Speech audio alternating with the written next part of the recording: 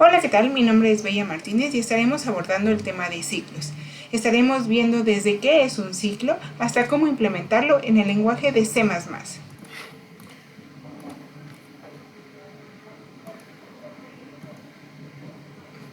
Para comenzar, bueno, ¿qué es un ciclo como tal? Bueno, un ciclo va a ser una serie de fases o de estados por los que pasa un elemento o un fenómeno como tal. Es decir, van a ser elementos que se van a repetir una y otra y otra y otra vez. ¿Ok? Y esta es la idea de un ciclo, la repetición que tenemos.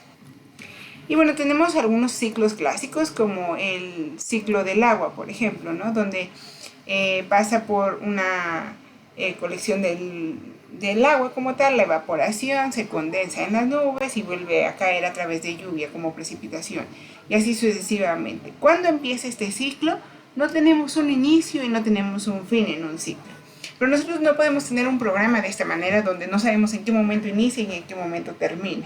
A diferencia de un ciclo en la vida real, a la hora de hacer la implementación necesitamos saber en qué momento termina y esa condición de fin es la que estará siendo la más relevante al momento de estar haciendo nuestra implementación como tal.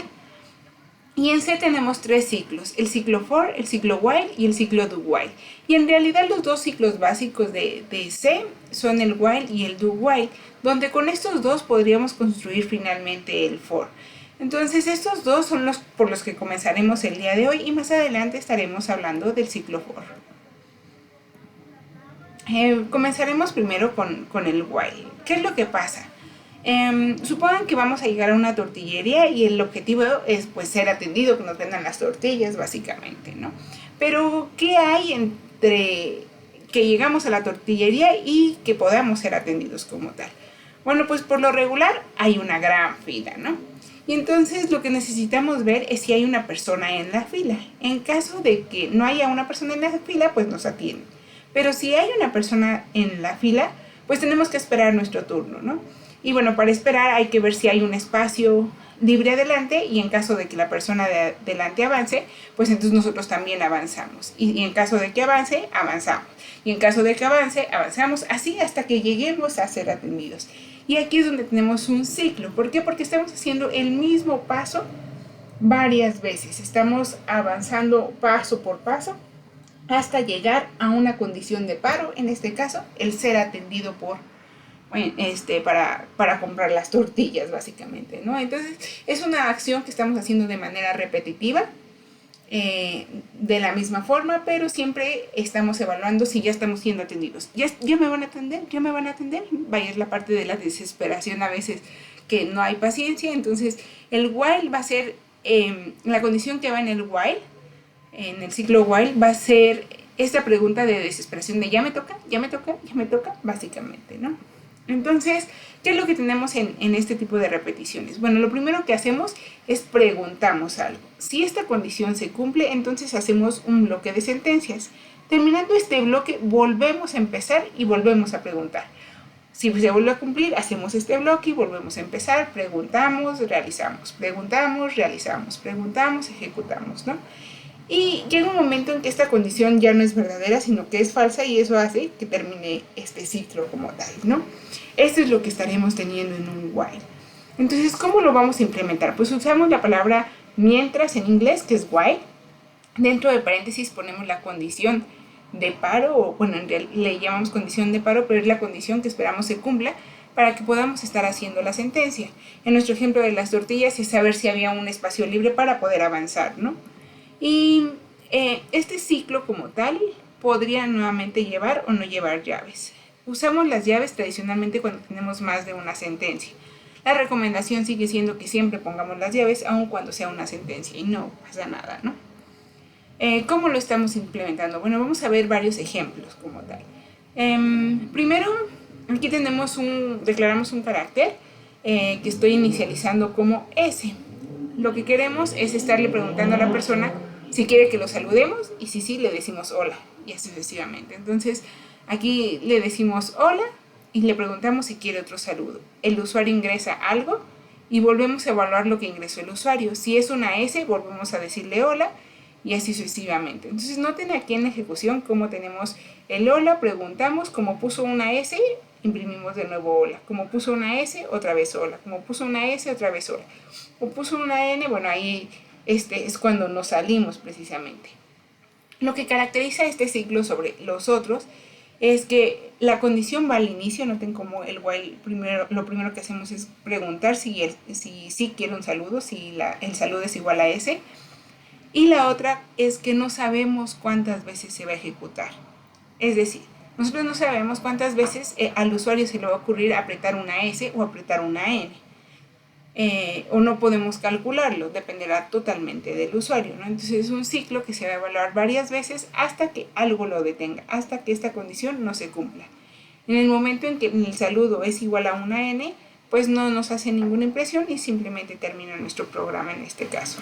Veamos otro ejemplo. Supongamos que tenemos una deuda de 100 pesos inicialmente, y cada mes que va pasando o cada vez que se ejecute el ciclo en este caso, se va a aumentar su deuda un 9%, pero cada mes o en este caso cada ejecución, vamos a preguntarle si ya quiere saldar su deuda. Si no salda su deuda, pues le cobramos el 9% el siguiente mes y así hasta que decida pagarnos, ¿no?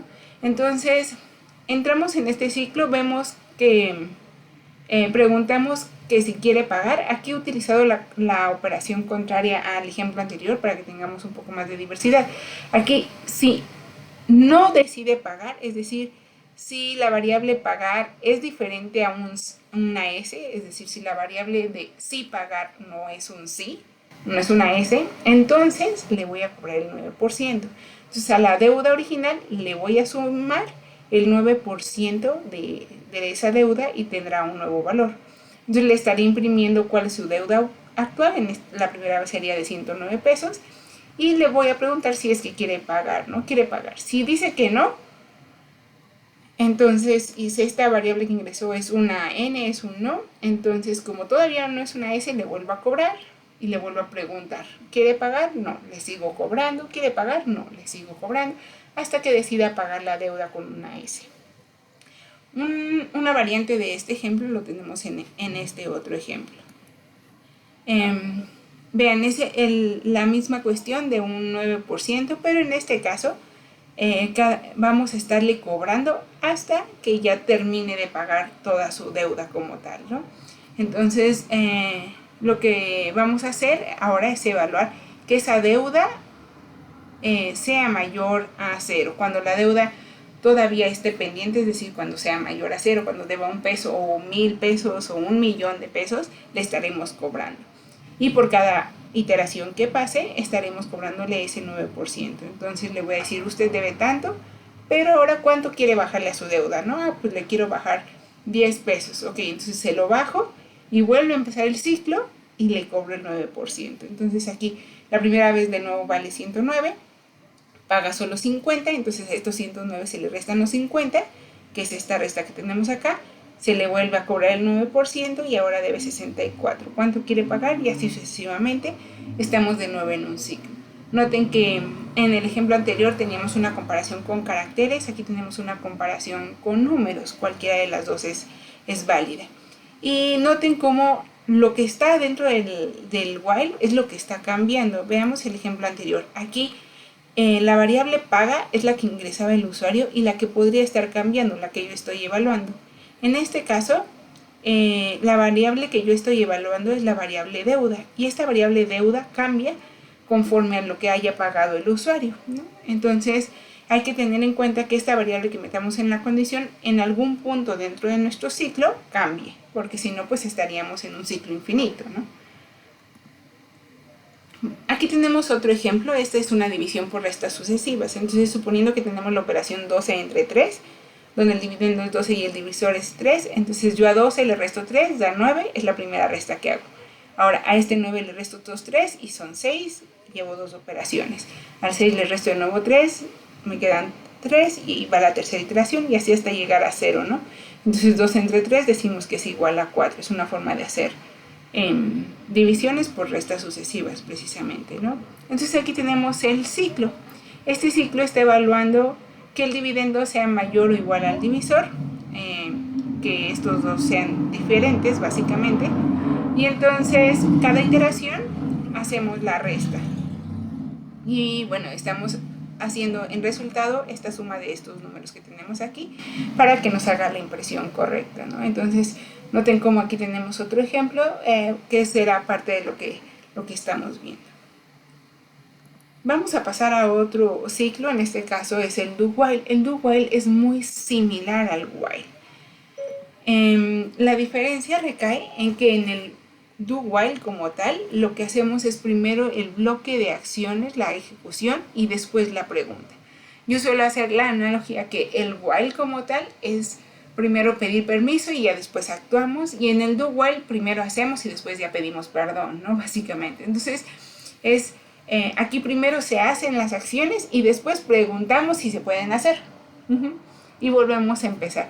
Las hacemos y luego preguntamos si las podemos volver a hacer y otra vez, ¿no? Entonces aquí la pregunta va al final, pero lleva exactamente la misma estructura que el while. Entonces ahora el while va a ir aquí en la parte de abajo. ¿Qué va a ir acá arriba? Un do. Entonces va a ser do y ahora noten cómo el while está acá abajo, antes lo teníamos acá arriba, entonces nada más cambia de posición y agregamos un punto y coma al final con el bloque de sentencias que tengamos en esta parte. ¿Cómo se va a ver? Bueno, vamos a tener el do while. Este es el mismo ejemplo que teníamos hace un momento con respecto al saludo. Aquí primero imprimimos el saludo y después le preguntamos si quería saludar. Y otra vez imprimimos el saludo y le volvemos a preguntar. Es el mismo ciclo, si se dan cuenta. Vamos a comparar estos dos códigos. Vean, en el primer caso, en el caso del do while, la variable saludo no tiene ningún valor porque yo automáticamente voy a entrar a imprimirle el hola y después el usuario ingresa cuánto vale. Aquí en el while estoy forzando la entrada la primera vez diciendo que inicialmente sí se quiere un saludo. Entonces aquí tuve que asignar un valor inicial en el while y aquí pues no, porque hasta el final es que le voy a estar asignando un valor como tal. Noten que la sintaxis es la misma, solo cambia la posición del while como tal.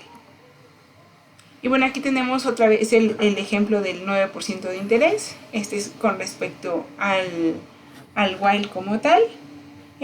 Aquí decíamos que la deuda era de 100 pesos, ¿no? ¿Qué pasa si esa deuda es de 0 pesos, ¿no? Bueno, si es de 0 pesos, entonces nunca entra.